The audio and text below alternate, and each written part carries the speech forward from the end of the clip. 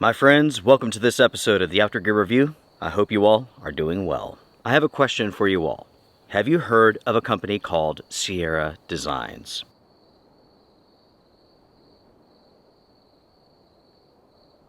If you go back in time roughly 6-7 years ago, I tested out and reviewed a lot of products from this company. And I did so because the company was producing all sorts of interesting gear. They had tent designs like no other, sleeping bag designs that were unique, and backpacks that were game-changing in many ways. Again, that was 6 or 7 years ago, right? Roughly 5 years ago, the company did something that I really disliked, and I stopped testing out their products. And in a nutshell, this is what happened. Sierra Designs formed an exclusive agreement with Target, the department store, right? They began offering a lot of their products at Target. The thing is this, the products that they made and sold at Target were complete junk. The tents that they were offering through Target featured the lowest hydrostatic head rating that you had ever seen, far below the industry standard for camping tents. Yes, the price on these products was exceptionally low, but so was the quality, and so were the waterproof ratings. Because of this, the tents were just plain and simple junk. When I found out about this exclusive deal with Target, I went out, purchased one of these inexpensive tents, and I was shocked at how bad they were. When I did a waterproof test, the tent filled with water. It was insane. After putting up a few videos concerning these products, I heard from a representative from Sierra Designs, and they promised me that they were going to correct all the issues with these products and that they were going to do better. As far as I'm aware, before Sierra Designs could even implement any sort of changes, Target ended the exclusive deal with this company and pulled all of the products from the market. And I don't blame Target at all. That was a smart move because these products were terrible. Not only did I give them bad reviews, but so did everybody who purchased them. The feedback online, even on Target's own website, was awful. I, and many others, were shocked to see that Sierra Designs did this. Again, these weren't just like badly designed products, these were absolute piles of junk, and that is putting it politely. Many thought that this was a straight up scam being done by Sierra Designs. And when you look at these tents with waterproof ratings that were below the industry standard, the poor quality, I certainly understood that perspective. Because of this, I stepped back from reviewing Sierra Design products, and it's been 5 years since I've even thought about this company. That changes today, my friends. A few weeks ago, Sierra Designs popped in my mind, and I decided to reapproach this company. Let's see what they offer. And I came across this sleeping bag here. This is the Sierra Designs Cloud Quilt. And I have to say, everyone, this product looks rather interesting. Interesting enough that I decided to purchase this bag so I can test it out this summer going into the fall and winter. This should be a very interesting product because it's part sleeping bag, part quilt, part blanket. It's a hybrid, so to speak. With the quilt here, you can see that it has a typical quilt design. It's nice and wide up at the head, at the shoulders, and it narrows down at the foot.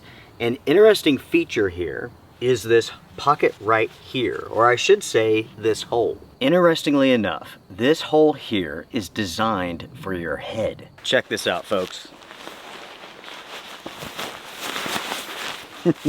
Yes, I'm sure this looks absolutely awesome. Super cool. I'll tell you one thing, it is super hot. That, everyone, is an interesting feature. And that is something that I really want to test out when the temperatures begin to drop.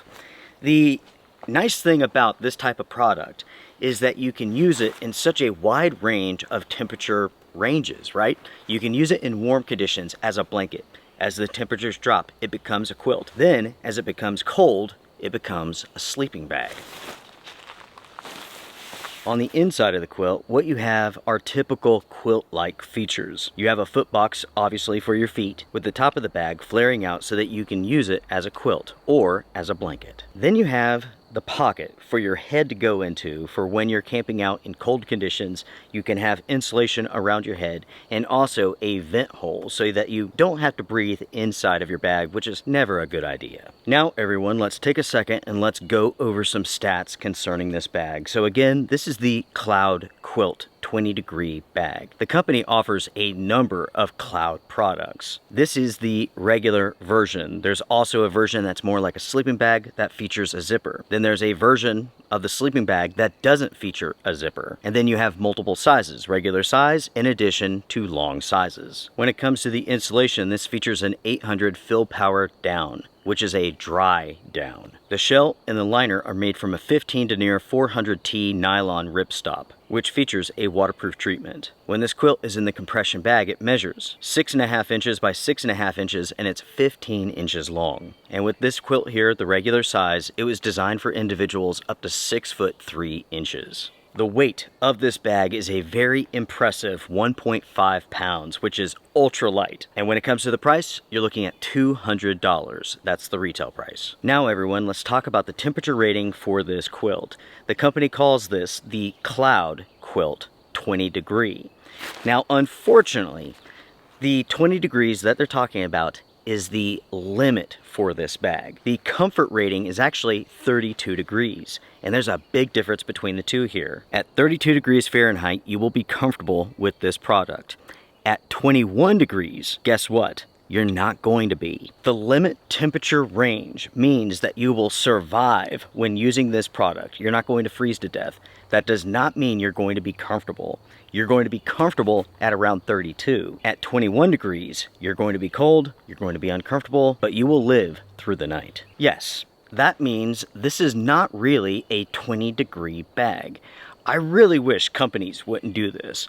But to be fair to Sierra Designs, they're not the only one. In fact, the industry standard is to state the limit push temperature range and not the comfort temperature range. The reason why companies do this is obvious. They want to sell more products. In a way, these companies are being dishonest, but they are all being dishonest together. So in a way, that does give Sierra Designs a little bit of a pass here. But it would be nice if one company was actually honest about their temperature ranges as far as their sleeping bags go. And I'm sure there are companies out there who are honest. But again, the industry standard is to state the limit, which you would not use your bag at. I don't like it, you don't like it, but unfortunately it is what it is until things change. As far as my impressions go of this bag, I have to say I am quite impressed. There's a lot here that looks very, very promising. First off, the construction of this is excellent. Every seam is perfect. All of the stitch work is perfect. There's not a single loose thread on this. And that's pretty dang impressive considering the fact that there are so many seams here. You have the baffles, which are rectangle shaped. They're smart. I don't know how well that comes through, but they are rectangle shaped. And that does a good job of holding the down into place so it doesn't migrate to other locations. The materials feel good. At the same time, there's no down loss at all. There's no feathers coming through the material. This looks really, really good. As far as the features go, everything is as you would expect. The only surprise here is that face hole thing. That is going to be really interesting to test out. When it comes to Sierra Designs, at least in the past, they often did things differently compared to other outdoor companies. Their tent designs, their sleeping bags, their backpacks, they all had unique features. And with this quilt here, it does. I don't think I've ever seen a face hole in a quilt before. That is definitely different. The weight of this quilt is fantastic. 1.5 pounds on my scale for a 32-degree quilt. That is ultra light. At the same time, for an ultralight 32-degree quilt, the price on this is really, really low. And that takes us to a point that we should talk about. Why is the price of this so low? Well, folks, recently, Sierra Designs decided to make a big change with how they do business. Sierra Designs has cut out the middlemen, so to speak. They sell directly to their customers and through nobody else. That means no REI, no backcountry.com, only through their website. With that being said, I did purchase this from Amazon, but that doesn't mean that Sierra Designs was actually selling it. it could have been another seller. According to a post on social media platforms, Sierra Designs has stated that they're going to become a direct-to-consumer company. No more REI, no more backcountry.com, and I would assume no more Amazon. Because they're offering their products directly to the consumer, prices have been slashed as much as 30 to 40%. Because of that, we have an ultralight quilt made with very good materials that is rated for 32 degrees Fahrenheit, and yet it cost only $200. That is quite impressive. You very easily can go out to a cottage company and have your own quilt made that looks very similar to this, but you will spend $400, $500, $600 on a quilt that has the same temperature range as this. By the way, everyone, I have to state that I love the color combination of this bag. If this was colored like a Teletubbies playhouse, I wouldn't have purchased it.